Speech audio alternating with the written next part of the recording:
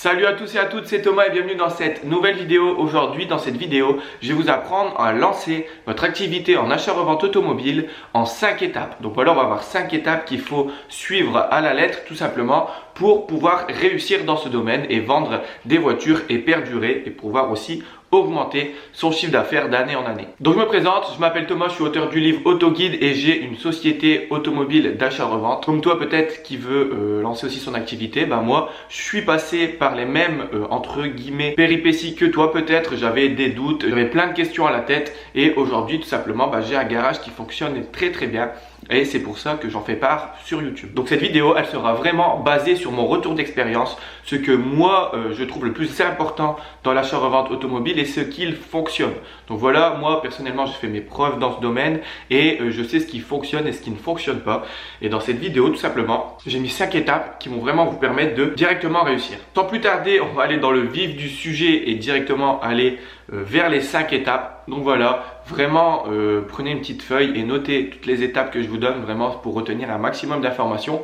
Parce que c'est vraiment une vidéo où vous allez retenir beaucoup d'informations que vous pouvez mettre en application dans votre activité d'achat-revente automobile. C'est très important. Comme je dis souvent et comme je vois aussi souvent en commentaire, j'en ai encore reçu un hier de la part d'une personne qui me disait voilà, maintenant en fait j'ai envie de me faire coacher par toi. Est-ce que tu fais du coaching parce que voilà, je veux créer une activité. J'ai commencé mon activité mais voilà, en fait je me rends compte que je n'arrive pas à vendre de véhicules, j'arrive pas à faire ceci, j'arrive pas à faire cela. Et je lui ai dit, tout naturellement, c'est normal. Tu ne t'es pas formé, tu n'as pas eu les informations avant de commencer qui t'auraient permis de mettre en place des choses qui auraient fonctionné. Beaucoup de monde en fait se lance dans l'achat-revente automobile en croyant que c'est un business en fait qui est facile, que voilà, il faut juste vendre des voitures, alors que non. Derrière, il y a vraiment un aspect, tout ce qui est marketing, etc.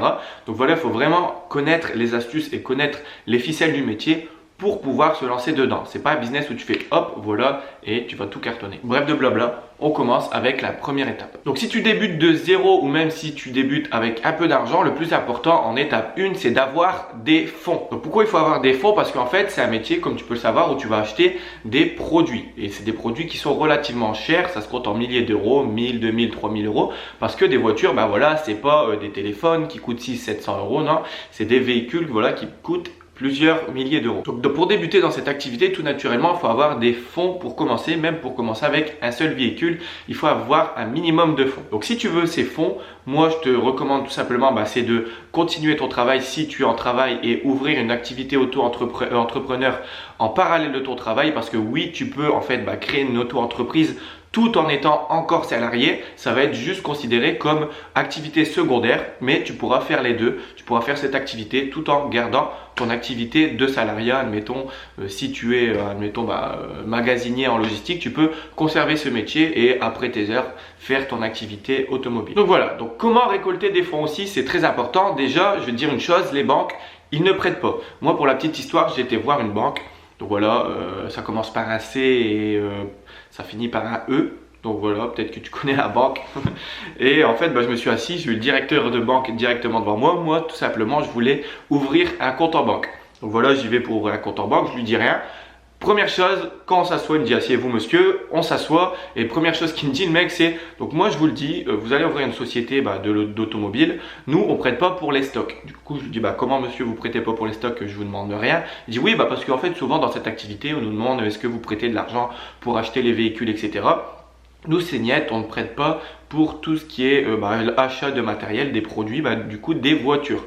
On peut vous financer tout ce qui est les façades, admettons les enseignes, etc. Et encore ça sur certaines conditions.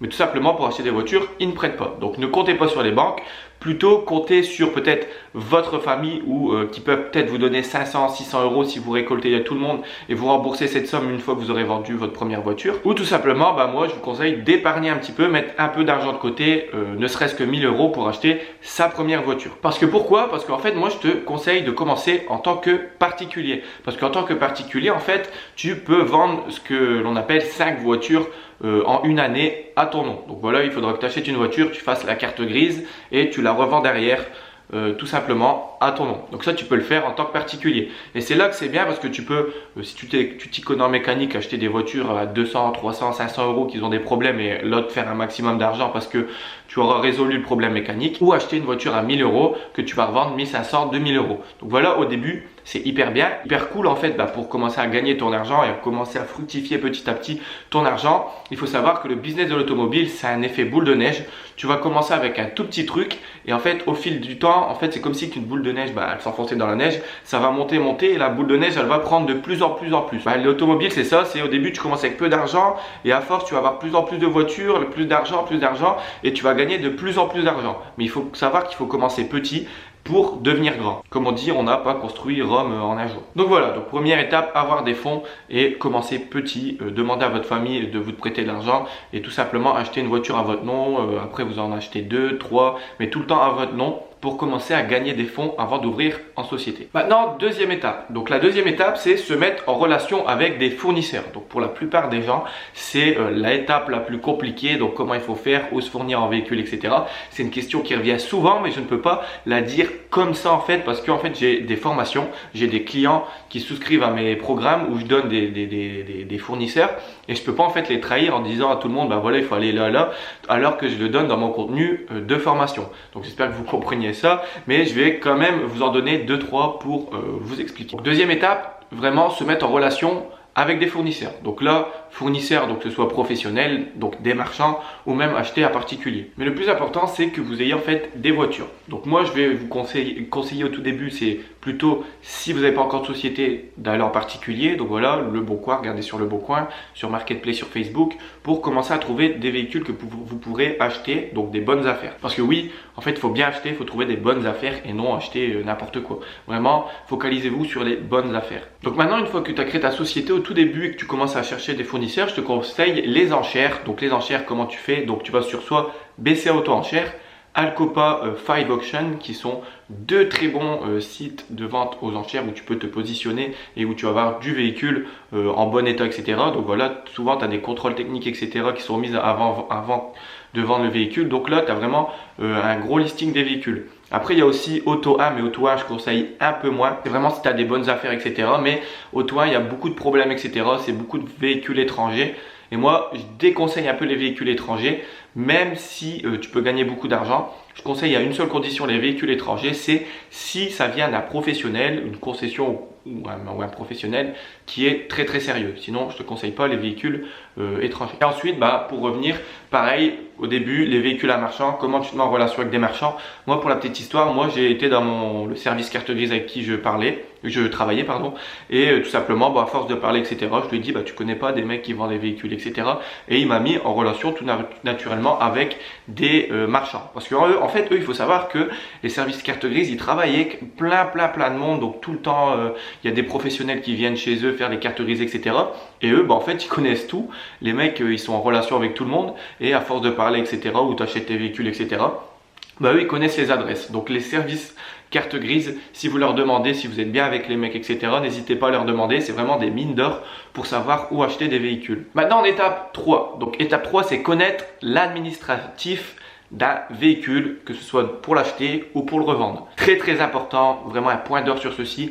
Tout le monde se gourre avec ça et tout le monde a des véhicules bloqués. Autour de moi, j'entends plein d'histoires, des mecs qui vont en Belgique, en Allemagne, même en France, qui vont acheter des véhicules, qui oublient de faire certains papiers et hop, le véhicule, basta, bloqué, tu peux plus faire de carte grise, plus rien, le mec qui répond plus au téléphone et hop, tu l'as dans le bobo et tu peux pas immatriculer le véhicule, donc pas le revendre et donc tu as perdu de l'argent. Ça arrive tout le temps, donc c'est pour ça qu'il faut être très à cheval sur l'administratif d'un véhicule, que ce soit quand tu l'achètes, avoir bien tous les papiers, le quitus fiscal, etc. quand tu achètes une étrangère. Tous des trucs comme ça, vraiment, certificat de cession bien rempli, des factures d'achat, etc. qu'il faut avoir, surtout quand tu vas à l'étranger, sinon tu peux pas pareil faire des quitus fiscales. Donc vraiment, sois très à cheval sur ceci. N'oublie jamais que si tu ne connais pas comment faire les papiers d'un véhicule, oublie ce métier parce que tu vas perdre énormément d'argent. C'est pour ça qu'il faut hyper bien connaître tous les papiers administratifs, que ce soit pour acheter un véhicule, je le répète, ou pour le revendre, très important. Parce que quand tu le revends, pareil, si tu as des contrôles fiscaux, il faut que tu sois apte à bah voilà, leur faire montrer les documents. Donc voilà, je l'ai acheté à ça, je l'ai acheté ici à tel prix, je l'ai revendu à celui-là à tel prix et voilà, tous les papiers sont là, je vous les présente. Au moins, aucun problème, t'as aucun problème, zéro. Tout roule comme sur des roulettes et voilà, toi tu peux exploser et faire ton business de ouf. Maintenant, étape 4, donc optimiser sa relation client. Donc ça, c'est quelque chose que la plupart des mecs qui ont des garages ne font pas. Et aujourd'hui, en fait, on est dans une ère en 2021 où le client base pratiquement tout sur son expérience client, si je puis dire. Donc, c'est-à-dire de quand il va arriver, quand il va acheter le véhicule et même après, est-ce qu'on prend des nouvelles, nanana, etc. Donc, la relation client, là, elle est hyper importante pour fidéliser de une ta clientèle, pour qu'ils reviennent acheter chez toi, mais aussi de deux, pour qu'en fait les mecs tout simplement ils parlent de toi pour te ramener des potentiels futurs clients. Et ça c'est hyper important. En fait c'est une genre de pub gratuite. Et ça comment le faire? Bah tout simplement fidéliser le client. Quand il arrive, tu le mets bien, tout simplement, tu lui parles bien, tu lui expliques bien, tu ne lui mens pas sur l'état du véhicule, etc. De où elle vient, etc. Dès que tu lui vends le véhicule, il faut que tu fais bien tout. Si tu lui proposes de faire des réparations, etc., comme une distribution, tu l'as fait, tu lui fais montrer. Donc voilà, vraiment tout le temps être franc avec le client. Et après vente, une fois que tu as vendu le véhicule, n'hésite pas à l'appeler une semaine, 2 semaines après pour lui demander si tout va bien, est-ce que le véhicule va bien, est-ce que lui il va bien, est-ce qu'il en est content, etc. Est-ce qu'il est content de son expérience client.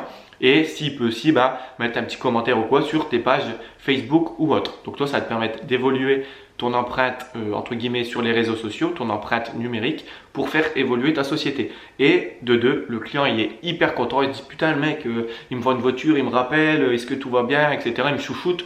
Voilà, il va envoyer tous les gens qui attendent autour de lui qui disent ouais où je peux acheter une voiture, j'ai envie d'acheter une voiture. Le mec il va dire va là-bas, le mec trop bien, le mec qui s'occupe de toi de A à Z, va là-bas, je te le conseille. Donc c'est comme ça qu'il faut procéder, tu verras que tu auras énormément de clients. Et la dernière étape, 5e étape, peut-être la plus importante pour évoluer un maximum, c'est réinvestir son argent dans son activité, pratiquement tout réinvestir. Donc voilà, vous allez me dire comment je fais pour commencer à avoir mes premiers salaires, je ne vais pas avoir de sous, etc. Non, en fait, il y a une règle qu'il faut que tu mets en application sur chaque véhicule. Donc voilà, moi j'appelle ça la règle des 10%. Et je l'applique aussi encore maintenant, à l'heure actuelle, et je le ferai sûrement tout le temps pour faire fructifier tout le temps mon business, pour arriver à une société de malade. C'est qu'en fait, moi, sur une voiture, admettons, je vais vendre une voiture qui coûte, allez, 5000 euros.